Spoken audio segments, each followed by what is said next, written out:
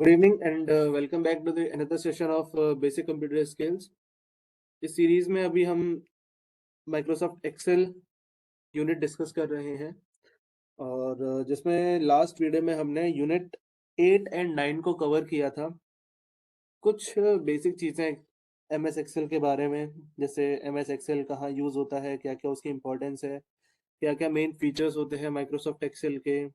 उसके अलावा क्या क्या फॉर्मेटिंग फीचर्स हैं, नंबर्स के फॉर्मेट, सेल फॉर्मेट चेंज करना, इम्पोर्टेंट फंक्शंस जो यूज होते हैं, इन सब चीज़ों के बारे में हमारा लास्ट क्लास में डिस्कशन हो चुका है। और लास्ट क्लास में हमने एक चीज़ डिस्कस करी थी, that is about cell referencing. Cell referencing एक टॉपिक हमने डिस्कस किया था। चैट में आप लोग मेरे को लिख करके बताइए एब्सोल्यूट सेल रेफरेंस का कोई एक एग्जांपल। अगर मैं आपको कई सारे सेल एड्रेसेस दे दूं तो उनमें से एब्सोल्यूट सेल रेफरेंस कैसा होता है वो आप कैसे पहचानोगे?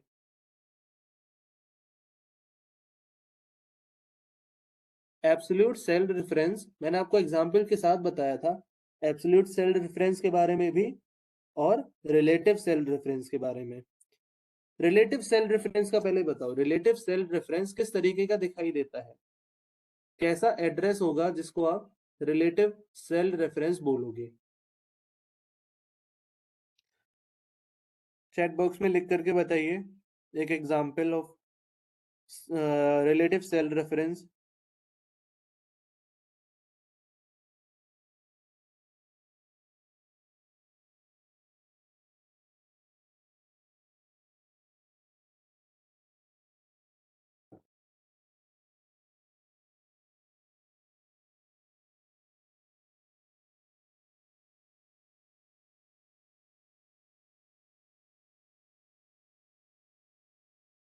बताइए।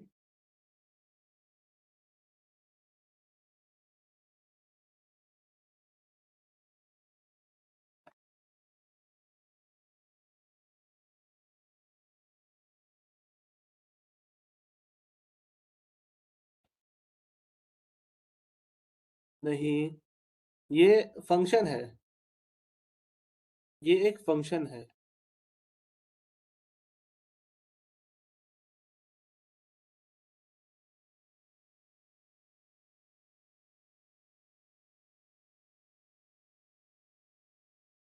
देखो आपके सामने एक पोल आया होगा,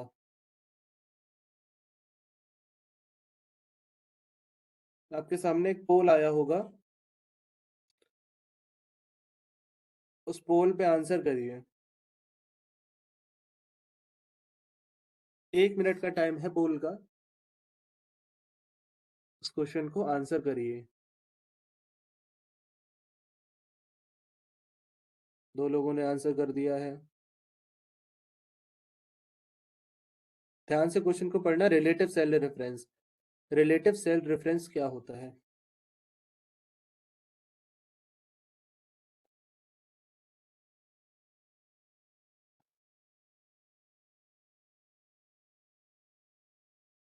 सिर्फ 20 सेकेंड्स और है।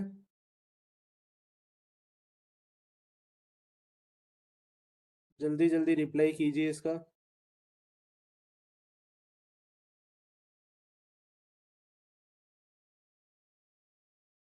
10 सेकेंड्स।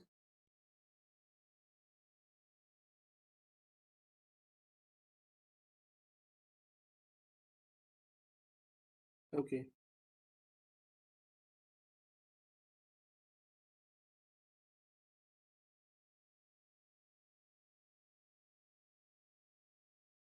सो 4 लोगों का रिस्पॉन्स आया। 4 लोगों ने हर एक ऑप्शन को चूज किया है। ठीक है। सेल रेफरेंस के बारे में उस दिन आपको मैंने अच्छी तरीके से बताया था। सेल रेफरेंस का मतलब होता है, और सेल रेफरेंस कहाँ यूज होता है देख लो आप। अभी यहाँ पर जो हमने डिस्कस किया, इस फॉर्मूला में ये जो सेल एड्रेस लिखा हुआ है C3, ये सेल एड्रेस कैसा है? ये सेल एड्रेस है, यहाँ पे देख लो सिंपल से में, ये जो C3 सेल एड्रेस लिखा है, ये C3 सेल एड्रेस है relative cell reference. Relative cell reference हम इसको क्यों कह रहे हैं? क्योंकि जैसे ही मैं इस फॉर्मूला को कॉपी करके कहीं और पेस्ट करता हूं, तो वो फॉर्मूला अपनी रिलेटिव वैल्यूज के अकॉर्डिंग, अपने रिलेटिव सेल्स के अकॉर्डिंग चेंज हो जाता है। यहाँ पे अभी सेल एड्रेस देखो C3 लिखा हुआ है, नीचे वाले में C4 लिखा हुआ है, उसके नीचे वाले में C5 है, C6 है, C7 है, उसी तरीके से लास्ट तक आते आते ये C15 है। यानी कि जैसे ही मैं इस फॉर्मूला को कॉपी कर रहा हूं, इस फॉर्मूला के अंदर जो कोई भी एड्रेस है, वो एड्रेस ऑटोमेटिकली चेंज हो जा रहा है। लेकिन अगर मैं यहाँ पे रो नंबर और कॉलम नंबर दोनों से पहले डॉलर सिंबल लगा देता हूँ, $C, $3, और अब मैं इसको कॉपी करता हूं नीचे तक। अब क्या होगा देख लो, यहाँ पे एड्रेस क्या है? C3, यहाँ पे एड्रेस क्या है? C3, यहाँ पे एड्रेस C3, सबसे लास्ट में एड्रेस C3। मैंने क्या किया, जो रो नंबर और कॉलम नंबर पहले फॉर्मूला के चेंज करने पर ऑटोमेटिकली चेंज हो जा रहे थे, अब मैंने उनको फिक्स कर दिया। अब वो चेंज नहीं होंगे, वो पूरी तरीके से फिक्स हो चुके हैं।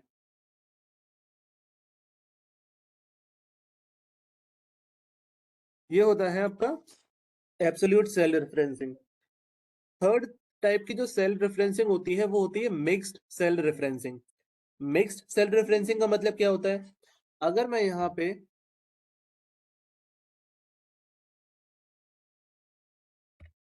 मैंने यहाँ पे लिखा $C3, यानी कि मैंने कॉलम नंबर तो फिक्स, वो हाँ, कॉलम नंबर मैंने फिक्स कर दिया है, जो सी कॉलम है वो तो फिक्स हो चुका है, लेकिन जो रो नंबर है वो वेरिएबल है। मैं इस फॉर्मूला को जब भी कॉपी करूंगा, देखो मैंने अभी एंटर प्रेस किया और मैं इसे नीचे तक पेस्ट कर देता हूं। अब देखो क्या हुआ, यहाँ पे क्या है? C3, नीचे यहाँ पे देखते हैं C6, C10, C15, यानी कि कॉलम नंबर तो वही है, लेकिन रो नंबर बदलता जा रहा है। मैं इसके रो को वेरिएबल करता हूँ, वो रो को फिक्स कर देता हूँ। रो के आगे मैंने डॉलर लगा दिया, रो है 3, मैंने इसके आगे लगा दिया डॉलर। अब मैं इस फॉर्मूला को करता हूँ कॉपी नीचे तक। यहाँ पर देखो सी, क्योंकि कॉलम तो हमने एक सी ही लिया है, और रो नंबर है 3। रो नंबर 3, क्योंकि रो नंबर से पहले मैंने लगा दिया है डॉलर का सिंबल, तो अब ये रो पूरी तरीके से फिक्स हो चुकी है और ये चेंज नहीं होगी। नीचे वाले फॉर्मूला को ओपन करके देख लेते हैं। देखो यहाँ पे भी $C3, नीचे वाले को ओपन कर ले $C3, लास्ट वाले को ओपन कर ले $C3। यानी कि सीधा सा ये चीज आप समझ लो, अगर आपने सेल एड्रेस में किसी भी एड्रेस से पहले, चाहे रो से पहले या कॉलम नंबर से पहले, डॉलर का सिंबल लगा दिया, तो वो वाला पार्ट पूरी तरीके से फिक्स हो जाएगा, और आप उस फॉर्मूला को कॉपी करके कहीं पर भी पेस्ट करें, वो एड्रेस चेंज नहीं होगा। अगर कोई भी डॉलर सिंबल नहीं लगा है, नॉर्मली आपका एड्रेस लिखा हुआ है, तो उस एड्रेस को कहेंगे, उस टाइप की रेफरेंसिंग को कहेंगे relative cell referencing. Relative cell referencing किस तरीके की दिखती है? सिंपल सा cell address, C4 cell address लिखा हुआ है, ये रिलेटिव सेल रेफरेंस है। दोनों से पहले, रो नंबर से पहले भी और कॉलम नंबर से पहले, दोनों से पहले मैंने डॉलर का सिंबल लगा दिया। अगर दोनों से पहले डॉलर का सिंबल लगा हुआ है, तो वो होगा एब्सोल्यूट सेल रेफरेंसिंग। अगर या तो रो नंबर से पहले या कॉलम नंबर से पहले, कॉलम नंबर से पहले या रो नंबर से पहले, किसी से भी पहले अगर डॉलर लगा हुआ है, तो इस टाइप की रेफरेंसिंग को कहा जाएगा मिक्स्ड सेल रेफरेंसिंग। ये वाली हो गई रिलेटिव सेल रेफरेंसिंग, इसको कहेंगे हम एब्सोल्यूट सेल रेफरेंसिंग, इसको कहेंगे मिक्स्ड सेल रेफरेंसिंग, और चौथा वाला भी मिक्स्ड सेल रेफरेंसिंग की कैटेगरी में आएगा। 3 तरह की रेफरेंसिंग समझ आ गई। इसमें किसी को अब कोई डाउट कि रिलेटिव सेल रेफरेंसिंग किस तरह की दिखती है, एब्सोल्यूट सेल रेफरेंस किस तरह का दिखता है, मिक्स्ड किस तरह का दिखाई देता है, कहाँ पे इसका यूज होता है, पूरी तरीके से क्लियर है ना सेल रेफरेंसिंग के बारे में?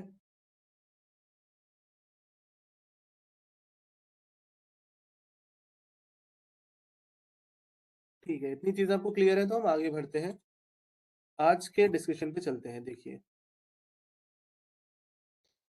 यूनिट 10 का जब का पार्ट फर्स्ट है, स्टार्टिंग देख लेते हैं क्या क्या चीजें हैं इसके बारे में। यूनिट 10 है आपकी डेटा एनालिसिस एंड सिक्योरिटी को लेकर। एमएस एक्सेल में जो हम रॉ डेटा स्टोर कर रहे हैं, एक्सेल को सिर्फ और सिर्फ रॉ डेटा स्टोर करने के लिए नहीं यूज किया जाता है। फॉर्मूलाज एंड फंक्शन तो हम यूज करते ही हैं डेटा मैनिपुलेशन के लिए, लेकिन डेटा को स्टोर करने का मीनिंग तभी निकलता है जब हम उसको एनालाइज करें, और एनालाइज करने के बाद में कुछ इंपॉर्टेंट इंसाइट्स उस डेटा से निकालें, ताकि हम उस डेटा को देखकर कुछ इंपॉर्टेंट डिसीजंस ले सकें अपने बिजनेस से रिलेटेड। उसमें सबसे पहले और बेसिक लेवल पे दो इंपॉर्टेंट चीजें आती हैं, सॉर्टिंग एंड फिल्टरिंग। डेटा को सॉर्ट करना और डेटा को फिल्टर करना। अभी होता क्या गया है, sorting and filtering are crucial features in Microsoft Excel that plays a significant role in organizing and analyzing data। क्या मतलब हुआ इसका, देख लेते हैं, इंपॉर्टेंस देखते हैं सॉर्टिंग और फिल्टरिंग। सबसे पहले हम बात करेंगे सॉर्टिंग के बारे में। सॉर्टिंग क्या होता है, चैट बॉक्स में रिप्लाई करो। सॉर्टिंग वर्ड से आप क्या समझते हो, सॉर्टिंग किस लिए यूज होता है, सॉर्टिंग सॉर्टिंग आपने कहाँ देखा है, सॉर्टिंग क्यों यूज किया जाता है, क्या इंपॉर्टेंस है सॉर्टिंग की, क्यों हम सॉर्टिंग करते हैं, चैट बॉक्स में लिख करके बताओ। What is the importance of sorting?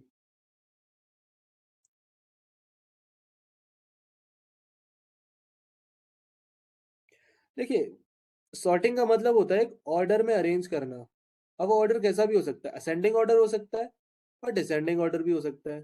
बहुत ही सिंपल सा एग्जांपल है, स्कूल्स में जब सुबह मॉर्निंग प्रेयर होती है, तो मॉर्निंग प्रेयर में सभी क्लासेस के स्टूडेंट्स प्रेयर ग्राउंड में, असेंबली ग्राउंड में असेंबल होते हैं, और उन्हें सॉर्ट किया जाता है हाइट के अकॉर्डिंग। सबसे छोटी हाइट वाला स्टूडेंट आगे, फिर उससे थोड़ा लंबा, फिर उससे थोड़ा लंबा, फिर लास्ट में सबसे लंबा स्टूडेंट। वही बहुत अच्छा एग्जांपल है सॉर्टिंग का। उससे प्रॉपर ऑर्डर में सारे स्टूडेंट्स अरेंज हो जाते हैं, और देखने में भी वो चीज अच्छी लगती है। अब इंपॉर्टेंस देखते हैं हमारे एक्सेल के पॉइंट ऑफ व्यू से। एक्सेल के पॉइंट ऑफ व्यू से डेटा को सॉर्ट करने से हमें क्या क्या एडवांटेज मिलते हैं, क्या ये जरूरी क्यों होता है। सबसे पहली चीज है organising data. Sorting allows you to arrange data in a specific order, such as alphabetically, numerically, or by date. This organization enhances the visual structure of data, making it easier to read and understand. मतलब क्या है इसका, कि आपका जो data है, या तो आप उसको अल्फाबेटिकली सॉर्ट कर सकते हो, ए टू जेड कर सकते हो, जेड टू ए कर सकते हो। आप उसको न्यूमेरिकली सॉर्ट कर सकते हो नंबर्स के अकॉर्डिंग, सबसे छोटे नंबर से लेके सबसे बड़े नंबर तक, या सबसे बड़े नंबर से सबसे छोटे नंबर तक, या डेट के अकॉर्डिंग, सबसे पुरानी डेट पहले लानी है या सबसे नई डेट पहले लानी है। इसको प्रैक्टिकली हम देखते हैं यहाँ पर इम्प्लीमेंट करके। ये सारा डेटा मैं यहाँ से हटा देता हूँ जो एक्सेल में है हमारे पास, और एक बार फिर से हम नया डेटा लेते हैं जिस तरीके से हमने उस दिन डिस्कस किया था। क्लास के कुछ स्टूडेंट्स के मार्क्स का रिकॉर्ड है। मान लो हम छोटा सा एक टेबल ले लेते हैं, सीरियल नंबर है स्टूडेंट का, रोल नंबर होगा, स्टूडेंट का नेम होगा और स्टूडेंट के कई सारे अलग अलग सब्जेक्ट्स के मार्क्स। कई सारे सब्जेक्ट के मार्क्स कैसे, जैसे मैथ्स, साइंस, सोशल साइंस,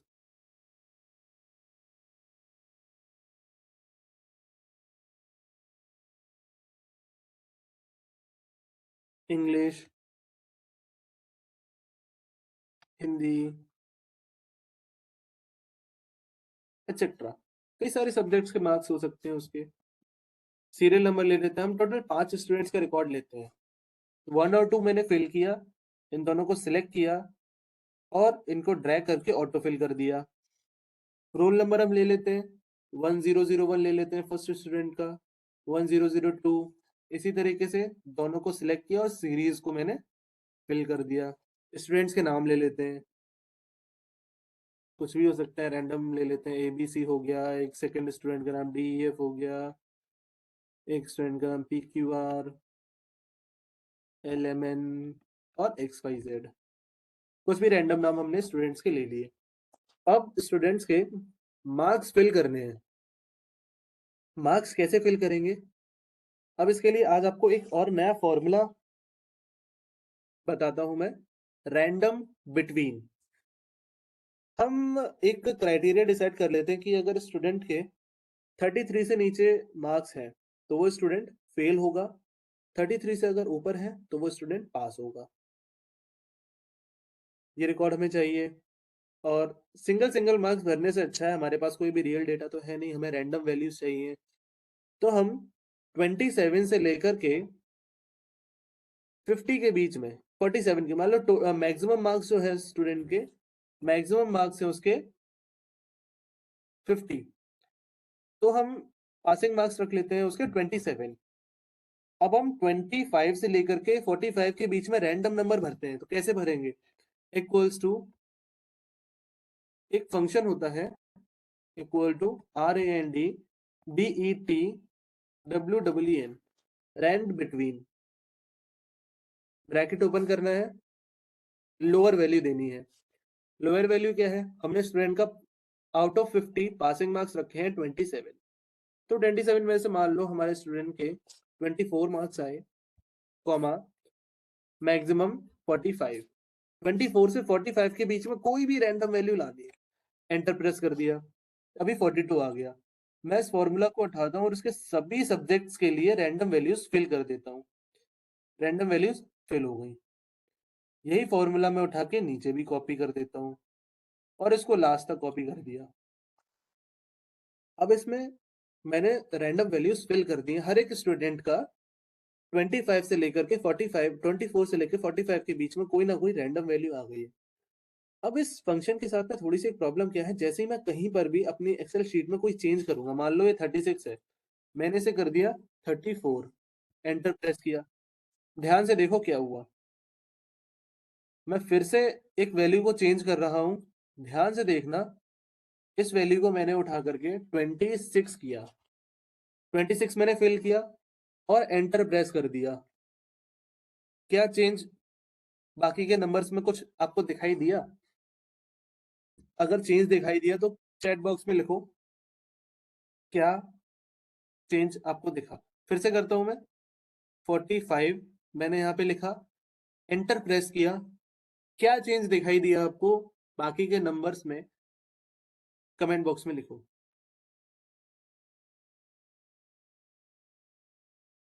क्या दिखाई दिया? यस तो बोल रहे हो, ठीक है कोई बात नहीं, चेंज दिखाई दिया, लेकिन क्या चेंज दिखाई दिया आपको? और डिजिट्स चेंजिंग ऑटोमेटिकली। यस, ये प्रॉब्लम है इसके साथ में। प्रॉब्लम क्या है? मैं एक वैल्यू चेंज करूंगा, सारी वैल्यूज ऑटोमेटिकली चेंज हो जाएंगी। इससे बचने के लिए क्या करते हैं हम, इन सभी वैल्यूज को मैं यहां से उठाता हूं, लेफ्ट क्लिक करके इनको मैं करता हूं कॉपी और किसी खाली जगह पे ले जा करके राइट क्लिक करता हूं और यहाँ पे पेस्ट ऑप्शंस आ रहे हैं। पेस्ट ऑप्शंस में कई सारे ऑप्शंस आते हैं, या तो सिंपली उन्हें पेस्ट कर दो, या उनकी सारी सिर्फ वैल्यूज पेस्ट कर दो, या सिर्फ फॉर्मूला पेस्ट कर दो, या उनका ट्रांसपोज कर दो, या फॉर्मेटिंग पेस्ट कर दो या लिंक पेस्ट कर दो, सारे हम धीरे धीरे करके देखेंगे। ये तो नॉर्मल पेस्ट वाला जो है, ये तो नॉर्मल पेस्ट होगा। क्या करेगा ये? वैल्यू भी कॉपी करेगा और उस सेल में जो फॉर्मूला लगा हुआ है वो भी कॉपी करेगा। देखो मैं यहाँ पे कॉपी करता हूँ, यहाँ पे वैल्यू आई है, ये वैल्यूज आई है, वैल्यूज तो आ गई, वैल्यू सामने दिखाई दे रही है। इधर फॉर्मूला बार में देखो, फॉर्मूला बार में नंबर भी, वो फंक्शन भी दिखाई दे रहा है ना, लेकिन मुझे फंक्शन नहीं चाहिए। फिर मैं करता हूँ, दूसरा ऑप्शन है वैल्यूज। मैंने सिर्फ वैल्यूज यहाँ पे पेस्ट कर दी। मैंने वैल्यूज पेस्ट करी, मैं किसी वैल्यू पे क्लिक करता हूँ, देखो वहां कोई हिडन फॉर्मूला नहीं है, फॉर्मूला बार में भी सिंपल सी वैल्यू दिखाई दे रही है। यही हमें चाहिए था। अब मैं वापस इन सिर्फ वैल्यूज को उठाऊंगा, इन्हें कॉपी करूंगा और जहां फॉर्मूला वाली वैल्यूज हैं वहां पे जाके मैं सिर्फ और सिर्फ वैल्यूज पेस्ट कर दूंगा। अब जो यहाँ पे मैंने बीच के लिए ली थी इन्हें मैं डिलीट कर दे रहा, अभी इनकी मुझे जरूरत नहीं है। यहाँ पे मैं कोई भी चेंज करके देखता हूँ, 34 का मैं 43 करूंगा, एंटर प्रेस करूंगा, कोई भी चेंज नहीं आया। हमने उस प्रॉब्लम को टैकल कर लिया जो हमारे सामने आ रही थी। ठीक है, अब यहाँ पे स्टूडेंट्स के हम ले लेते हैं टोटल। टोटल मार्क्स कितने हैं? Equals to sum, sum formula लगाना है और यहां से लेके यहां तक जितने भी नंबर्स हैं उनकी रेंज को कॉपी कर देना है। रेंज हमने दे दी, सभी स्टूडेंट्स के मैक्सिमम मार्क्स यहाँ पर आ गए। मैक्सिमम मार्क्स स्टूडेंट्स के आ गए। अब हमें निकालनी है परसेंटेज। परसेंटेज का उस दिन हमने देखा था सिंपल सा फॉर्मूला। परसेंटेज का सिंपल सा फॉर्मूला क्या है? इक्वल्स टू जितने मार्क्स ऑब्टेन्ड है डिवाइडेड बाई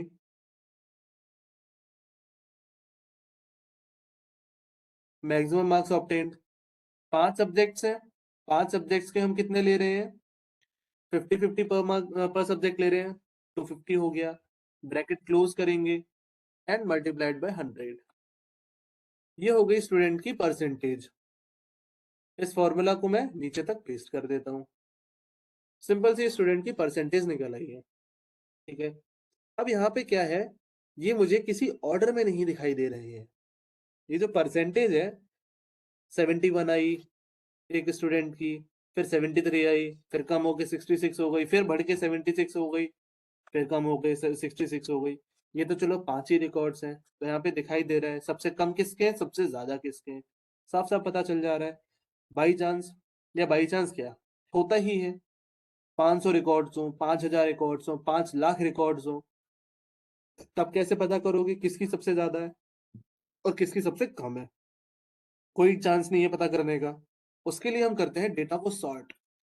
डेटा को सॉर्ट करने के लिए क्या करना है? सबसे मेन चीज जो आपको ध्यान रखनी है, डेटा अगर आप सॉर्ट कर रहे हो, डेटा सॉर्ट करने के लिए आपको जितना भी रिकॉर्ड्स है टेबल में उन सभी को सिलेक्ट करना होगा, उन सभी को हाईलाइट करना होगा। अगर आप डेटा सॉर्ट करना चाह रहे हो तो डेटा सॉर्ट करने से पहले जितना भी डेटा आपका है वो आपको हाईलाइट करना पड़ेगा जो इफेक्ट हो सकता है। उसके बाद हमें क्या करना है, डेटा को सॉर्ट करने के लिए पहले हमने डेटा को सिलेक्ट किया, फिर उसके बाद ऊपर जो आपका मेन्यू बार है, उस मेन्यू बार में आपको जाना है डेटा टैब पर। डेटा टैब पर जाने के बाद में sort and filter, sort and filter वाले कैटेगरी में आपको जाना है, सॉर्ट पर क्लिक करना है।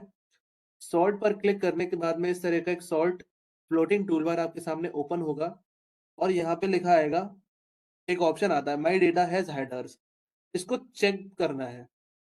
अब यहाँ पे कॉलम पहले पूछेगा आपसे, कॉलम आपसे पूछेगा किस कॉलम के अकॉर्डिंग आप डेटा को सॉर्ट करना चाहते हो। तो कॉलम मुझे क्या चाहिए है, यहाँ पे मैं स्टूडेंट की परसेंटेज के अकॉर्डिंग उसको सॉर्ट करना चाहता हूँ। दूसरा पूछेगा सॉर्ट ऑन, किस तरीके से सॉर्ट करना है, उनकी वैल्यूज के अकॉर्डिंग सॉर्ट करना है, उनके सेल कलर के अकॉर्डिंग, फॉन्ट कलर के अकॉर्डिंग, या कंडीशनल फॉर्मेटिंग के अकॉर्डिंग। अभी के लिए मुझे उनको सेल की वैल्यूज के अकॉर्डिंग सॉर्ट करना है। ठीक है, किस तरीके से सॉर्ट करना है, स्मॉलेस्ट टू लार्जेस्ट या लार्जेस्ट टू स्मॉलेस्ट। तो अभी हमें क्या है, जिनके सबसे ज्यादा मार्क्स आए हैं, मुझे टॉप 3 स्टूडेंट्स चाहिए। टॉप 3 स्टूडेंट्स के लिए मैं क्या करूंगा, लार्जेस्ट टू स्मॉलेस्ट सिलेक्ट करूंगा और ओके प्रेस कर दूंगा। जैसे ही मैंने ओके प्रेस किया तो देखो सीरियल नंबर क्या था पहले, 1 2 3 4 5। सीरियल नंबर चेंज हो गया, 4 2 1 3 5। परसेंटेज को देखो, परसेंटेज के अकॉर्डिंग हमने सॉर्ट किया था, उसके हिसाब से बाकी के सारे जो फील्ड्स हैं, बाकी के सारे फील्ड्स भी उसी के साथ में चले गए। नहीं तो क्या, अगर आप सिर्फ इन्हीं को सिलेक्ट करके सॉर्ट करते तो सिर्फ यही वाली वैल्यूज सॉर्ट हो जाती, बाकी का डेटा वैसा का ही वैसा बना रहता, किसी के नंबर किसी और स्टूडेंट को मिल जाते। इसलिए जरूरी होता है कि जब आप डेटा को सॉर्ट करो, सॉर्ट करने से पहले जितने भी आपके कॉलम्स हैं, जितनी भी रोज हैं जो अफेक्ट हो सकती हैं, उन सबको प्रॉपरली पहले सेलेक्ट कर लो, हाईलाइट कर लो। इस तरीके से हमने डेटा को सॉर्ट कर लिया। चाहे 500 रिकॉर्ड हो, 5000 रिकॉर्ड्स हो, हमारे जो टॉप 3 रिकॉर्ड्स होंगे, जो भी हमारे मेन स्टूडेंट्स होंगे, अगर हमें टॉप 3 सिलेक्ट करना है, टॉप 10 सिलेक्ट करना है, टॉप 20, टॉप 30, जो करना चाहो वो करो, वो आपके इस तरीके से आ जाएंगे। आपको ये देखना है कि आपके स्टूडेंट्स फेल कितने हुए हैं, फेल कितने हुए हैं, या सबसे कम नंबर किन स्टूडेंट्स के हैं। फिर वही करना होगा, सेलेक्ट करो, डेटा पे जाओ, डेटा में सॉर्ट ऑप्शन को ओपन करो। अभी आपने सेलेक्ट किया था लार्जेस्ट टू स्मॉलेस्ट, इसको कर दो स्मॉलेस्ट टू लार्जेस्ट। अब देखो सबसे कम नंबर जिस स्टूडेंट के होंगे वो यहाँ पर आ जाएगा, सबसे ज्यादा जिसके होंगे वो बिल्कुल नीचे चला जाएगा। ये हो गया आपका पहला एडवांटेज। देखते हैं आइडेंटिफाइंग ट्रेंड्स एंड पैटर्न्स। इसमें क्या है, sorting data helps in identifying trends and patterns with in the data set. For example, sorting sales data by date can reveal trends over time, making it easier to analyze and interpret।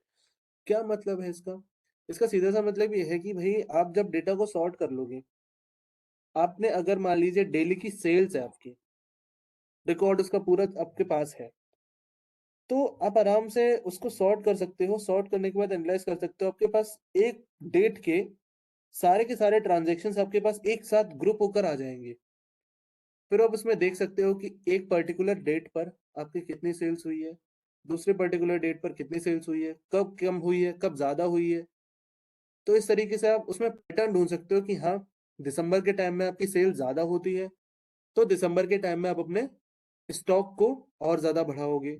जून में sales कम होती है, तो जून के time आप अपने stock को हल्का रखोगे, कोई दिक्कत नहीं है। Third one is preparing data for analysis. Data को अगर आपको एनालिसिस के लिए प्रिपेयर करना है, तो देखो कोई भी डेटा एनालाइज करने से पहले सबसे जरूरी चीज होती है डेटा क्लीनिंग। डेटा क्लीनिंग है डेटा प्रिपेयरिंग, और इसको डेटा प्री प्रोसेसिंग के नाम से भी जानते हैं। सबसे इंपॉर्टेंट चीज है, अगर आप डेटा एनालाइज करने जा रहे हैं, डेटा एनालाइज करने से पहले आपको डेटा को क्लीन करना पड़ता है और प्रिपेयर करना पड़ता है। डेटा क्लीनिंग का मतलब क्या है, डेटा क्लीनिंग का सीधा सा मतलब ये हो गया कि अगर आप डेटा एनालाइज करने जा रहे हैं, मान लो आपके पास यही वाला जो डेटा है, इस डेटा के अकॉर्डिंग आप एक चार्ट बनाने जा रहे हैं। चार्ट बनाने चले तब आपको पता चला कि ये वाली वैल्यू खाली रह गई, ये वैल्यू खाली रह गई, ये वैल्यू खाली रह गई, इसमें कुछ है ही नहीं, फिल दिक्कत होगी चार्ट बनाते टाइम पर।